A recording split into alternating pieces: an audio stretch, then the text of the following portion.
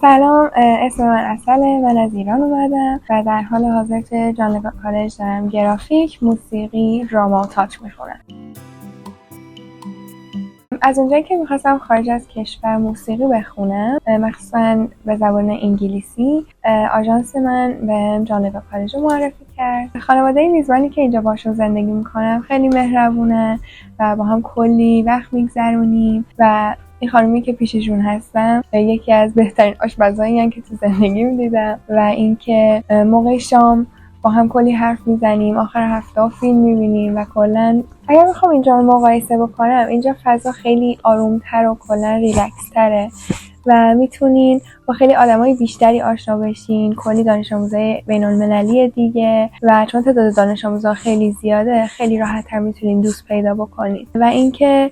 کلا وقت بیشتر دارین برای انجام کارهای اضافه تر، چه توی مدرسه چه بعد از مدرسه. من جان لگا کالج رو حتما بهتون پیشنهاد میکنم و اگر بخوام بهتون یه توصیه بکنم اینه که با اعتماد به نفس زیادی وارد این فضا بشین، به خاطر اینکه بهتون کمک میکنه کلی دوستای بیشتر و بهتر پیدا بکنین و کلا این پروسه رو براتون خیلی راحت تر میکنه.